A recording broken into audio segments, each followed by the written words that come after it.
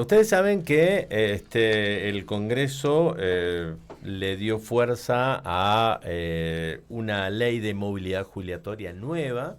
El gobierno, cuando llegó el gobierno de Javier Milei, sacó la fórmula que había propuesto Alberto Fernández, con lo cual nos enteramos que los jubilados el año pasado perdieron entre un 30 y un 40% de su poder adquisitivo, más allá de todo lo que pasó con el dólar y todo lo demás, pero la fórmula no fue buena, entonces el gobierno decidió decir, bueno, le vamos a dar un aumento de acuerdo a la inflación, entonces recomponemos un poco y mes a mes le vamos incrementando, no esperamos 3 meses para darle un aumento como se esperaba antes, que era cada 3 meses el incremento, sino mes a mes.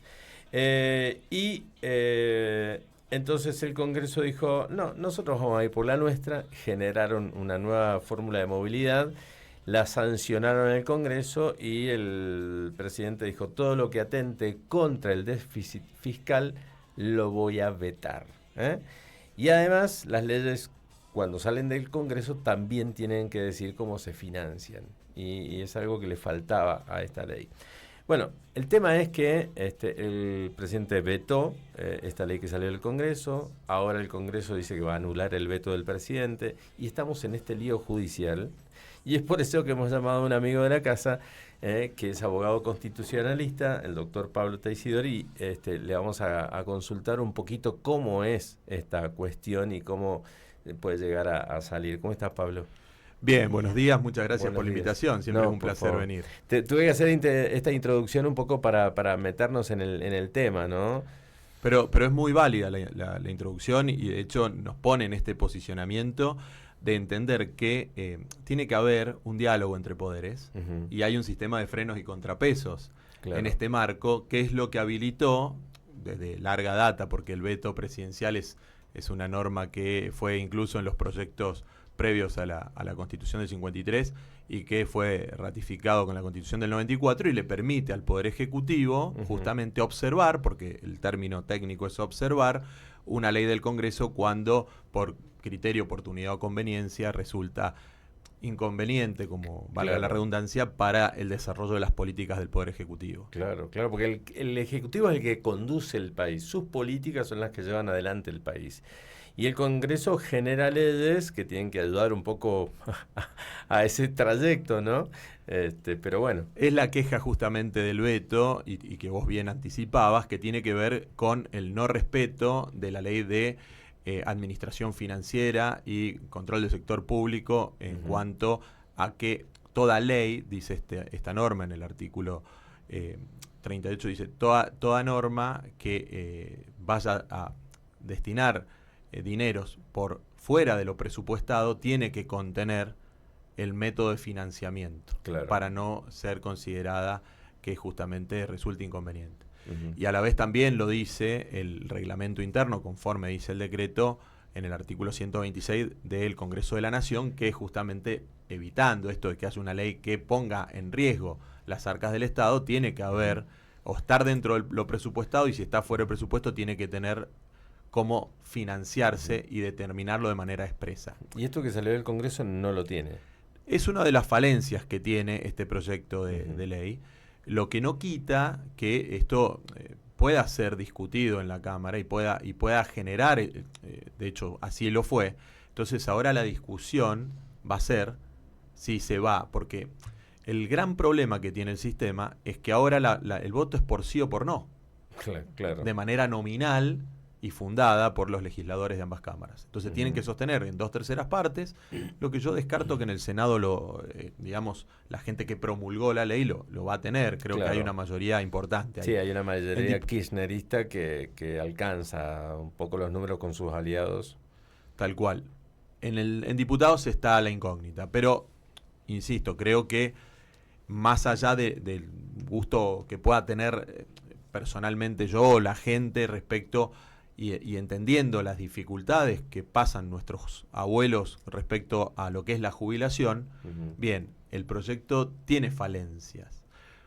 Más allá de eso, entiendo también que esto puede judicializarse posteriormente, inclusive terminado el debate parlamentario, ratificada o no esta observación, este veto presidencial, puede ocurrir que algún, digamos, jubilado entienda que la norma jubilatoria lo termina afectando y concurra ante la justicia y pida, como ocurrió hace muchos años en el fallo Tobar de la Corte Suprema de Justicia de la Nación, pida que se revise. El fallo Tobar fue cuando se declaró la inconstitucionalidad de la ley de déficit cero. Ajá. Acá no está una ley de déficit cero, pero es el horizonte y el pacto, digamos, al que arribó el gobierno con algunos gobernadores respecto de esta política. Entonces esto ya ha venido siendo discutido antes, ya hay fallos al respecto.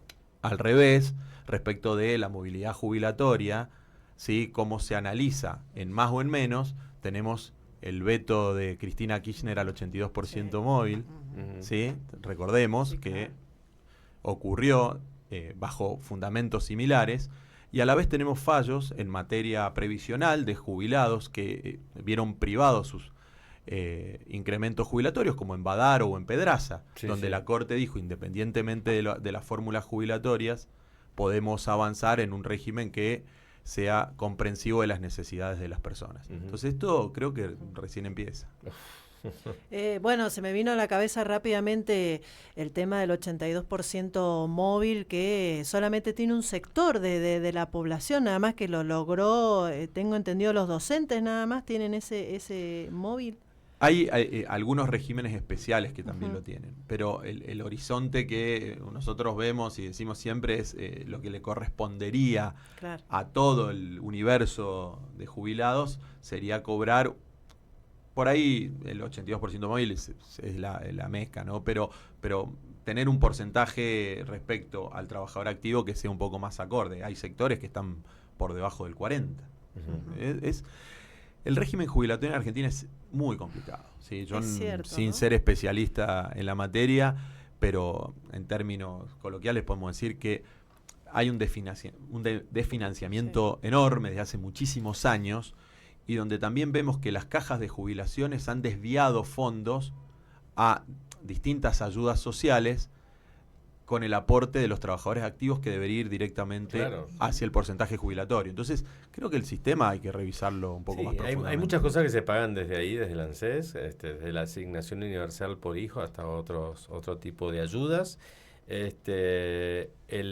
Hace ya varios años, en la época del kirchnerismo, al comienzo, el 7% de la masa de jubilados era no aportante, y hoy es el 72% no aportante.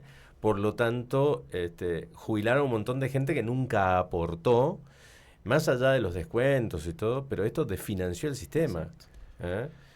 Y además, bueno, confiscaron todo el dinero que tenían las AFJP y después hicieron cualquier cosa. Empezaron a repartir computadoras, hacerse un montón de cosas con esa plata que mucha gente había ahorrado, ¿no?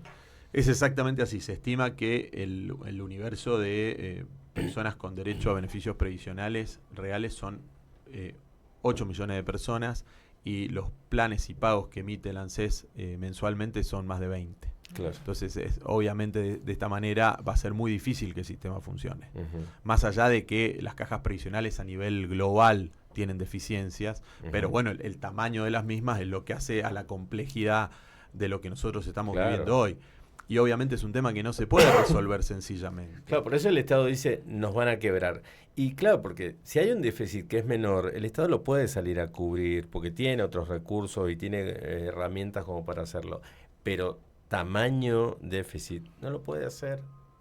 Entonces... De todas maneras, ya han justificado de que las jubilaciones como están hoy, planteadas ya hace tantos años, no son viables de ninguna manera. Por eso muchas veces también se piensa en el AFJP, todas este tipo de formas para poder tener un respaldo y poder hacerle frente a las jubilaciones, ¿no? Sí, creo que todo el sistema hay que revisarlo. Es muy complejo. En el caso particular de esta fórmula jubilatoria que prevé esta ley que ha sancionado el Congreso y que ha sido observada por el presidente, en lo que dice el decreto de veto, habla de que para lo que queda del año serían un gasto superior a 6 billones de pesos y en lo que sería el año siguiente serían más de 15. Entonces creo que obviamente se habla de un montón de dinero y hay que ver si el Estado está en condiciones de poder aportarlo. De todas maneras, nosotros entendamos que una ley no da una solución a un problema, ¿sí? Y la ley siempre uno tiene que interpretar que va a regir situaciones futuras, ¿sí? Y esa sanción para situaciones futuras, después con el paso del tiempo puede quedar en una situación que realmente sea absolutamente incómoda o desfavorable, tanto en la fórmula, puede ser en más o en menos. O sea, con el devenir de los días, por ahí la inflación o el régimen hace que quede inclusive esta fórmula desactualizada y queden, digamos, los porcentuales en materia de jubilaciones obsoletos y haya que revisarlo, o a la inversa, que quede en una excesiva remuneración y en un excesivo gasto al Estado que no lo pueda afrontar. Y esto, como digo, son temas que ya se han debatido en Argentina, no son novedosos. Esto lo dijo, no sé, la Corte en el fallo Cot. Entonces creo que lo que nosotros tenemos que ver es que tiene que haber un diálogo entre los poderes del Estado. Justamente tiene que estar este diálogo entre el Poder Ejecutivo y el Congreso. No puede estar que cuando un presidente, como en este caso, tiene minorías parlamentarias, esto genere que las leyes que se dicten en el Congreso conspiren contra los planes económicos. Esto es así, esto hay que revisarlo. Hay fallos en esta materia que ha dictado la Corte Europea de Derechos Humanos, etcétera, que el financiamiento de un Estado es pasible de ser revisado. Entonces no puede ser alterado por normas. Claro. Entonces eso también es real. Pero bueno, ¿quién tiene la razón en esto? Sí. La verdad no sé si nosotros estamos en condiciones de decirlo. Va a ser una batalla legal importante, más allá de lo que se decida. Ahora, hay otro planteo de inconstitucionalidad que tiene que ver con el acceso a la información pública, este decreto que emitió el gobierno y modificó precisamente esto. Que Franco dijo que también está siendo posible de revisarlo, de ver, porque hay mucha polémica con el tema. Sí, tomaron esa decisión así como unilateral, digamos.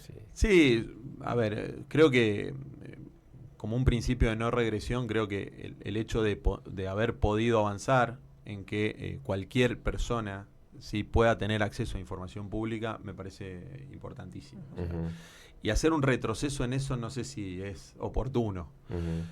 Obviamente también vas a tener que revisarte. Esto es un decreto de necesidad de urgencia que dicta respecto de esto, y esto tiene que pasar ahora y tiene que pasar los filtros al revés, tiene que venir al Congreso para que el Congreso decida si ese DNU lo va a sostener o no. Claro. Para lo cual tiene que obtener el voto positivo para que ese DNU, por el sistema como tiene el DNU, que una vez que pasan los 10 días de su dictado, va a las comisiones. Y las comisiones después lo elevan al plenario. Acá hay una trampa en esto, ¿no? Nosotros sabemos, y lo vimos con el decreto de necesidad de urgencia relativo a la ley bases, que es vigente hasta que el Congreso diga lo contrario. Intertanto, esto tiene efectos, y los efectos que produce son válidos. Y si bien tiene 10 días para remitirlo a comisiones, las comisiones no tienen plazo para mandarlo al plenario. Entonces, esto normalmente genera la dilación. Claro. Entonces, me parece que esto viene también para largo, no es algo que se va a resolver de inmediato. Sí se va a discutir.